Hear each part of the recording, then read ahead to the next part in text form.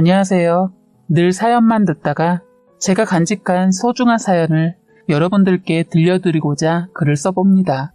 저와 민성 씨는 제가 다니는 대학교 앞에 있는 카페에서 일하는 알바생이었습니다. 대학교를 다니는 사람은 아니었고 그냥 카페에서 일을 하던 아르바이트생이더라고요. 제가 항상 외치던 이상형의 모습과는 많이 달랐지만 민성 씨를 보자마자 첫눈에 반하게 되어 끈질기게 쫓아다니기 시작했습니다. 저는 쌍꺼풀이 있고 무뚝뚝하게 생긴 딱 봐도 차가울 것 같은 남자, 나쁜 남자가 저의 이상형이거든요. 하지만 민성 씨는 무쌍에 웃는 모습이 너무나도 예쁘고 착한 마음씨가 딱 봐도 보이는 착한 남자였어요. 왜 그랬던 것인지는 모르겠지만 자신의 일에 집중하는 모습에 매력적이었고 들어오는 손님들에게 웃어주는 그 미소가 제 마음을 밝혀주더라고요. 그 사람에게는 제가 한 명의 손님일 뿐이었겠지만 저는 이상하게도 이 사람이 끌리길래 제가 먼저 대시를 하게 되었던 것이에요. 당시 계절은 가을이었는데 카페와 멀지 않은 거리에 가을에 가면 좋을 법한 예쁜 낙엽거리가 있었거든요. 그래서 하루는 용기를 내서 시간이 있으면 이 앞에 있는 낙엽을 함께 보러 가자고 했습니다. 그런데 저에게 들려오는 대답은 저랑 가면 재미없으실 텐데 저보다는 친구분들이랑 가시는 게 더 재미있으시지 않을까요? 였어요. 언뜻 보면 그냥 눈치가 없는 사람처럼 느껴지지만 그냥 저의 데이트 신청을 거절한 것이었죠. 솔직히 거절당하고 많이 부끄럽긴 했지만 왠지 모르게 그 사람을 쉽게 포기하지 못하겠더라고요. 다시 용기를 내서 다음에는 영화를 보러 가자고 했고 또 거절을 당하게 되면 그 다음에는 커피 한 잔이라도 하자고 했습니다. 그렇게 계속 거절을 당하다 보니 저도 자존심이 상하고 이렇게 구차하게 나가면서 매달릴 필요가 있을까 싶더라고요. 그래서 마음을 접기로 다짐하고 2주간 그 카페를 찾아가지 않았었는데 아무리 생각해도 이렇게 끝내기는 너무 아쉽더군요. 결국 딱 한 번만 더 물어보고 또 거절을 당하면 이제 깨끗하게 마음을 접고 끝내야겠다라는 생각을 했습니다. 마음을 먹고 그 다음날 저는 그 카페에 가서 떨리는 마음을 붙잡고 그동안 잘 지내셨죠? 자꾸 제가 시간 좀 내달라고 하는데 거절하시는데 이번이 마지막으로 말씀드려볼게요. 혹시 저와 영화 보실래요? 라고 물어봤어요. 이상한 끌림이라는 게 있잖아요. 부끄럽지만 제가 이토록 저에게 거절하는 남자에게 들이대기는 처음이었어요. 아까 그렇게 고백을 했는데 그런데 그 뜻밖에도 저희 데이트 신청을 받아주더군요. 그래서 결국 주말에 만나서 영화를 보게 되었습니다. 약속 당일이 다가오는 동안 제가 그분을 좋아하는 것을 알던 친구들은 저보다 더 떨려하며 그날 입을 옷을 함께 사러 가기도 했어요. 그토록 바랬던 주말이 다가오게 되었고 저는 약속 장소에서 익숙한 시간에 만나게 되었습니다. 영화를 보고 나와서 밥을 먹으려 하는데 그날따라 주위 식당들에 손님들이 너무 많아서 대기 시간이 너무 길더라고요. 그래서 저희는 근처에 있는 포장마차에 들어가게 되었습니다. 배가 고프다 보니 거기 있던 안주 중 저와 민성 씨는 잔치국수 2개와 계란말이, 소주 1병을 시켰어요. 첫 데이트부터 술을 먹는다는 게 참 웃기기도 했지만 그저 같이 있던 모든 시간들이 즐거웠습니다. 그리고 저희가 자리에 앉아 얘기를 나누는데 아주머니가 갑자기 말을 거시더라고요. 둘이 사귀는 사이인가 봐요. 둘이 너무 잘 어울리고 예뻐 보여서 주는 거야. 좋을 때다. 하고는 빙그레 웃으시면서 떡볶이 한 접시를 주시더군요. 그 말을 듣자마자 저는 저희가 어울린다는 거니까 너무 기뻤던 것 같아요. 혼자 좋아서 배시시 웃고 있었는데 저에게 갑자기 민성씨가 처음에는 저의 데이트 신청을 거절하다가 갑자기 왜 저와 데이트해야겠다고 마음을 먹은 건지 얘기해 주더군요. 그랬더니 처음에는 딱 봐도 자기보다 어려 보이는 애가 들이대는 것이 조금 부담스럽기도 하고 이러다 말겠지라고 생각했다고 합니다. 실제로도 저희는 3살 나이 차이가 있었습니다. 하지만 저는 그런 나이 차이는 별로 신경 쓰이지 않았어요. 그래서 저의 계속된 데이트 신청에도 거절해 왔었는데 제가 2주간 카페에 가지 않았을 때 제가 오지 않는다는 것을 인식하게 되었고 왜 오지 않는 것인지 궁금해지고 걱정되기 시작했다고 해요. 그래서 2주 만에 나타난 저를 보자마자 너무 반가웠고 내가 얘를 지금까지 기다렸던 것이었구나라는 것을 깨닫고는 제 데이트 신청을 받게 되었다고 합니다. 이 얘기를 마치고 나니 자기 집안 사정을 얘기해 주더군요. 자기 사정을 듣고 이 상황을 함께 견디기 힘들어 떠나도 너의 마음을 이해한다고 하더라고요. 알고 보니 이 사람의 아버님은 오래전에 돌아가셨고 어머님은 열심히 사시면서 아들을 혼자 키우셨다고 하더라고요. 그래서 민성 씨는 고등학교를 졸업하자마자 대학교를 진학하는 것이 아닌 돈을 벌기 위해 공장부터 해서 여기저기 일을 했다고 합니다. 그렇게 일을 해서 돈을 모으고 모아서 어머님과 함께 살아가던 도중 생활이 어느 정도 안정적으로 되어서 본격적인 취직 준비를 하는 김에 하게 된 일이 카페 아르바이트였다고 해요. 저의 경우 어렸을 때부터 남들보다는 풍족한 집안에서 살았기 때문에 이런 경험을 해본 적이 없었지만 얼마나 힘들었을지 조금이나마 이해할 수 있었어요.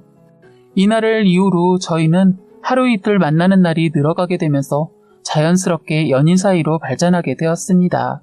여느 커플들처럼 맛있는 것도 먹으러 다니고 영화도 보고 멀지는 않지만 가까운 곳으로 여행도 가며 행복한 연애를 했어요. 그러다 보니 저희가 함께한 시간이 어느새 5년이 지나 있더군요. 그 사이에 저는 벌써 대학교를 졸업하여 취직 준비를 했고 이 사람도 좋은 곳은 아니었지만 어느 정도 안정적인 직장에 취직을 하게 되었어요. 그리고 연애의 기간이 6년이 되었을 때 저는 취직을 하게 되었습니다. 취직을 하자마자 민성 씨와 결혼을 하고 싶다는 생각뿐이었어요. 저는 취직도 했기 때문에 안정된 상태였고 이 사람과 결혼이 하고 싶었기 때문에 민성 씨를 데리고 저희 집에 데려가게 되었어요. 하지만 생각한 것과 다르게 저희 부모님은 민성 씨를 마음에 들어하지 않는 눈치였습니다. 식사 자리에서 부모님은 뭐 하시는지, 지금은 무슨 직업을 가지고 있는지 하나하나 다 물어보시고 대답을 들을 때마다 점점 얼굴이 굳어가시더군요. 아니나 다를까 민성 씨가 집에 가자마자 아버지는 저에게 그 남자애랑 결혼하면 이제 나랑 부모 자식 관계는 끝나는 거다. 너 알아서 해라. 말씀하시고는 방으로 들어가 버리시더라고요.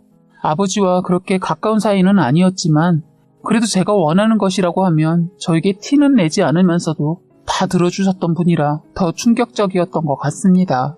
그날 이후 저희 집에는 싸늘한 냉기만이 감돌았고 아버지와 저는 집에서 서로 있는 사람 취급도 하지 않았습니다. 솔직히 부모님한테 그렇게 대한 제가 큰 불효이기는 했지만 사랑하는 사람과의 사이를 갈라놓으려고 하는 아버지가 너무 미웠어요. 민성 오빠에게 티를 내지 않으려고 했지만 아무래도 저희 부모님과 식사하는 날 마음에 들지 않는다는 걸 어느 정도 눈치를 챈 것 같더라고요. 그러면서 저에게 보라야, 나는 아직 경제적으로 준비가 되지 않은 상태라서 지금 말고 조금 지나서 결혼하는 게 좋다고 생각해 라고 말해주는 거예요. 그렇지만 그 말에 속상했던 저는 어떻게 오빠는 그렇게 말할 수가 있어요? 지금 모자란 건 우리가 결혼하고 쌓아가면 되는 거고 지금이 아니면 언제 할 건데요? 약속할 수 있어요? 계속 앞으로 함께 나아가면서 더 힘든 일도 많을 텐데 조금 일찍 겪은 거라고 생각하고 같이 노력해서 이겨낼 수 있잖아요. 라고 소리 지르곤 일어났는데 그런 저를 꼭 안아주더라고요. 그리고는 미안하다고 내가 생각이 짧았다고 중얼거리며 꼭 안아주고 그 품속에서 저는 펑펑 울었던 기억이 납니다. 그렇게 저희는 함께 이 위기를 헤쳐나가기로 약속하고는 더욱 단단해졌어요. 그렇게 둘이 몰래 결혼 준비를 시작한 지 2주 정도가 지났을 때 오빠가 갑자기 저를 불러내더라고요. 저는 솔직히 결혼 전에 프로포즈를 하려고 하나 보다 모른 척 해줘야겠네 라고 생각하고 나갔지만 그날 들은 말은 충격적인 말이었어요. 갑자기 저에게 펑펑 울면서 헤어지자고 하더군요. 지금까지 함께한 시간들은 자기 인생에서 가장 행복했던 시간이었다고 고맙다고 그만하자고 얘기하는 겁니다. 처음에는 그 말을 듣고 현실을 부정하며 내가 잘못 들은 게 맞는 거지? 라는 말만 계속 반복했어요. 그러다가 이유가 뭐냐고 울부짖으며 물어보니 저와 미래를 함께할 확신이 들지 않는다며 용기가 나지 않는다고 하더라고요. 저는 이해할 수 없었어요. 혹시 무슨 일이 있냐고. 그렇다면 제가 기다리겠다며 몇 날 며칠을 울고불며 매달렸지만 결국 저희는 헤어지게 되었습니다. 그런데 저에게 이별을 통보하게 된 이유의 진실은 다른 이유가 있었다는 걸 나중에서야 알게 되었습니다. 그렇게 저는 헤어지고 난 후 폐인처럼 지내며 회사 생활을 하다가 이렇게 있다가는 정말 어떻게 될지도 모르겠다는 생각에 제대로 제 몸을 돌보기 위해 회사를 나왔습니다. 그 뒤 민성 씨와 결혼하기 위해 모아두었던 돈의 일부로 해외여행을 가게 되었어요. 솔직히 처음에는 절망과 비참함 속에서 벗어나고 싶어 떠나게 된 여행이었지만 거기에서 많이 치유가 되었던 것 같습니다. 그래서 그 이후로도 저는 저를 위해 여행도 자주 다니게 되었어요. 해외여행을 다녀온 뒤 저에게 부족하다고 느껴지는 부분에 대해 공부도 더 하고 자격증도 따면서 시간을 보내고 취직 준비를 했습니다. 운이 좋게 취직은 예상보다 쉽게 할 수 있었고 저는 저의 생활이 나쁘지 않다고 생각했어요. 단 한 가지 사랑하는 사람이 없다는 사실 말고요. 사실 저는 민성 씨와 헤어진 후 다른 사람을 만날 용기가 생기지 않았었고 그 사람을 잊고 싶지 않았던 마음이 컸던 것 같아요. 제 마음이 이렇다 보니 좋은 소개팅 자리나 이성의 대시가 들어와도 얼마 가지 않아 연락이 끊기고 오래가지 못했습니다. 하루는 제가 유난히 회사에서 실수도 하고 상사에게 많은 꾸지람을 듣게 되어 많이 힘들었던 날이었어요. 퇴근길에 차를 타고 집에 가던 도중 속이 답답해서 잠깐 차를 주차하고 길거리를 거닐었습니다. 그런데 오래전에 민성 씨와 함께 듣던 노래가 갑자기 길거리에서 나오더라고요. 하루 동안 너무 고달프고 힘들었는데 그 노래를 듣다 보니 그 시절로 돌아간 것만 같았습니다. 그래서인지 저도 모르게 그 사람과 추억이 가득했던 카페 안으로 차를 타고 가서 자주 갔었던 포장마차 집으로 들어가 혼자 소주 한 병을 시켜놓고 앉아 있었어요. 평소 술도 잘 못 먹고 술자리도 좋아하는 편이 아니었지만 왠지 모르게 술이 한 잔 마시고 싶어지더라고요. 그렇게 혼자 포장마차에서 술을 마신 지 1시간 정도 지났을 때 자리에서 일어나려고 하는데 입구 쪽에서 많이 본 듯한 얼굴에 사람이 들어오더군요. 5년 지났었지만 멀리서도 그 사람이라는 것을 확실하게 알 수 있었습니다. 제가 그 안에 앉아있는 것을 못 봤는지 들어와서는 저희가 항상 자주 시켜 먹었던 잔치국수 한 그릇에 소주 한 병을 시키더라고요. 저는 제 자리에 가만히 앉아 민성 씨를 바라만 보고 있다가 그 사람의 맞은편에 앉았습니다. 고개를 숙인 상태로 누구신데 제 앞에 앉냐며 짜증을 내다가 제가 대답이 없으니 얼굴을 들고 제 얼굴을 확인하고는 당황하더라고요. 해맑고 순수한 웃음을 가지고 있던 사람이 이렇게 변한 걸 보니 속이 많이 상했어요. 저인 것을 알고는 일어서려고 하는 걸 제가 손을 잡았어요. 지금 잡지 않으면 다시 만나지 못할 것 같았거든요. 어디가? 나랑 얘기하자. 민성 씨랑 얘기하고 싶은 게 많은데 뭐하고 살았는지, 아프진 않았는지, 좋은 사람은 만난 건지 알려주라. 알았어. 하고는 다시 자리에 앉더군요. 순간 저희에게는 긴 정적이 찾아오게 되었고 그 정적을 깬 건 민성 씨의 한마디였습니다. 미안해. 생각지도 못했던 말을 듣게 된 저는 그냥 기분이 이상했어요. 그토록 기다렸던 사람인데 차라리 잘 먹고 잘 살기나 하지. 이렇게 초라한 모습으로 제 앞에서 미안하다고 하는 이 사람의 모습을 보니 속이 상하더군요. 미안하다고 얘기하고 말을 더 이어가더군요. 너가 너무 보고 싶었어. 그런데 그럴 수가 없었어. 라며 헤어질 때의 상황을 갑자기 말해주기 시작했습니다. 저와 결혼을 준비하던 당시 민성 씨의 어머님이 자꾸 살이 빠지고 소화가 안 되셨다고 해요. 민성 씨는 걱정이 되니까 병원이라도 가보자고 했는데 어머님이 늙으면 원래 이런다고 하면서 병원을 안 가시려고 했대요.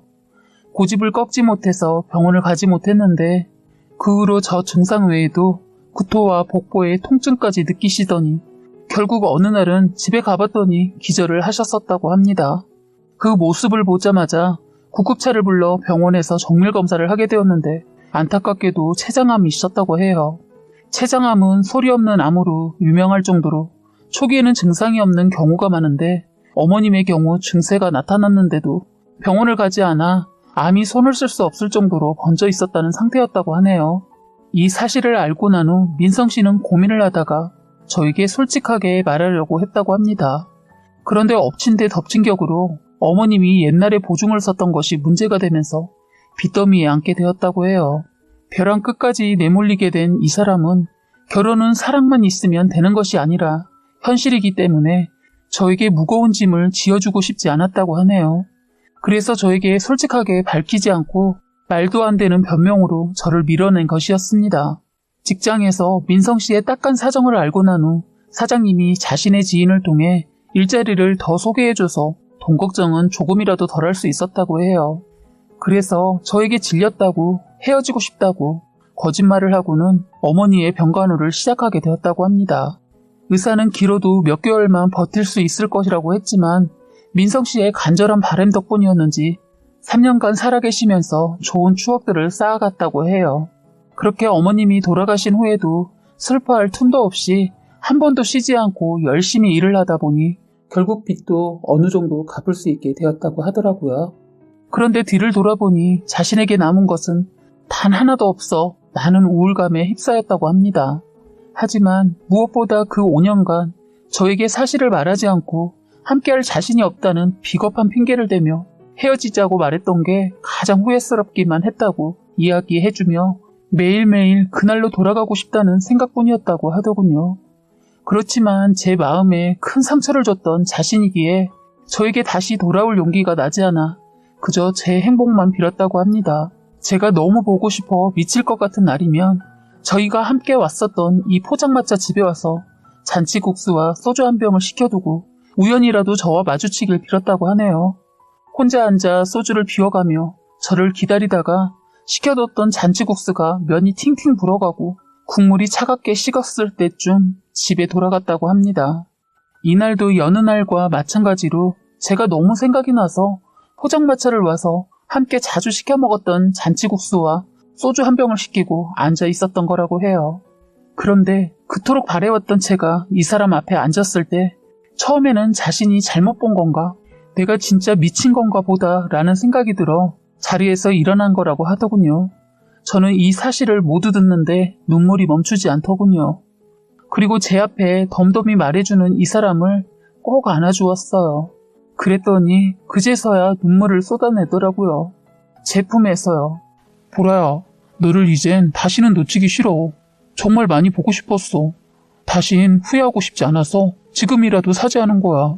내가 정말 못된 놈인 거 다 알고 있어. 너한테 정말 미안해. 라고 하면서 펑펑 울더라고요. 왜 그럼 그때 이런 사정들을 말하지 않았던 거야. 나 민성 씨에게 이별 통보 받았을 때 수많은 생각을 하면서 잊어보려고 무진장 애를 쓰면서 그동안 노력했어. 그런데 그게 쉽지가 않았어. 정말 날 떠난 당신이 죽도록 미웠고 용서할 수가 없었다고. 제가 그동안 힘들었던 얘기를 다른 사람들의 시선도 의식하지 않고 마구 울면서 말을 했어요. 술을 먹고 있던 사람들은 저희의 말을 숨죽여 듣고 있었어요. 저도 이제 다시 이 사람을 놓치고 싶지 않은 마음도 있었지만 두 번 다시 상처받고 싶지 않아서 다신 예전처럼 또 일방적인 이별을 한다면 나도 이젠 자기 용서하지 않을 거야. 그럼 다신 그런 일 없어. 약속해. 민성 씨는 저의 손을 잡으며 손가락으로 약속을 걸고 복사까지 하는 둥 유치하게 장난을 쳤어요. 나 용서해 주는 거지? 그의 얼굴을 가만히 바라보고 있는데 그 긴 시간이 흘렀다는 게 느껴지지 않고 어제 만난 것처럼 느껴졌어요. 그런 민성 씨를 바라보며 그럼 민성 씨의 이런 진실의 말을 들었는데 어떻게 내가 당신을 그냥 보낼 수 있겠어? 하자 민성 씨는 저를 살포시 안아주었어요. 저희는 서로 부둥켜 안고 펑펑 울었습니다. 주변에선 저희의 말이 끝나고 서로 안고 울자 박수를 쳐주면서 행복하세요. 뽀뽀해. 예뻐요. 등 소리쳐줬어요. 그제서야 저는 주변이 의식이 되더군요. 저희는 다시 자리에 앉아 다시 못다한 얘기부터 시작했어요. 저를 이해 못하는 분들도 많겠지만 그 사람을 다시 받아줄 수밖에 없었습니다. 5년 만에 다시 만난 우리는 하고 싶었던 말들도 많았지만 서로의 마음을 다시금 확인을 했었던 것 같아요.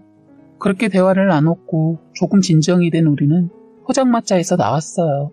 우리는 오랜 시간 떨어져 있었어도 정말 전혀 어색하지 않았어요. 그래서 더 많은 대화를 나누고 싶어서 이 사람의 집으로 가게 되었어요. 그 사람은 조그마한 원룸에서 혼자 살고 있더군요. 그날 밤 못다한 이야기들을 날이 새도록 민성 씨의 5년간 하고 싶었던 이야기들을 하나씩 풀었습니다. 그리고 다음날 아침이 토요일이라서 일찍 회사에 출근하는 것이 아니라 그 집에서 함께 있었어요. 그날 이후로도 저희는 연락을 주고받고 다시 만나기 시작했습니다. 정말 너무 행복했고 이 사람이 아니면 안 되겠다고 생각이 들더라고요. 때마침 저희가 다시 만난 지 5개월쯤 되었을 때 민성 씨가 저에게 프로포즈를 하게 되었어요. 저는 그 프로포즈를 승낙했고 이제는 부모님의 허락만 남겨져 있는 상황이었죠. 저희 부모님에게 민성 씨의 모든 이야기를 해드렸더니 이번에는 허락해 주시더라고요. 제가 그동안 많이 힘들어했던 모습도 알고 계셨기에 더 순탄하게 허락을 받을 수 있었던 것 같기도 합니다. 그렇게 해서 저희는 결혼 준비를 순탄하게 마치게 되었고 작년에 결혼을 하게 되었어요. 그렇게 반대를 했던 저희 아빠가 지금은 먼저 민성 씨를 불러내서 같이 술 한잔도 걸치고 낚시도 가면서 저보다 더 사이좋게 지내더라고요. 지금은 저희 행복하게 잘 살아가고 있습니다. 너무 많은 세월을 돌아온 것 같지만 결국 이렇게 행복한 시간을 보내고 있네요. 이어질 인연은 어떻게 해서든 다시 이어지는 것 같아요. 다들 사랑의 상처에 힘들어도 나의 인연이 다시 찾아올 것을 기다려보세요. 지금까지 해바라기 사연방이었습니다. 구독과 좋아요, 알림 설정 부탁드리겠습니다.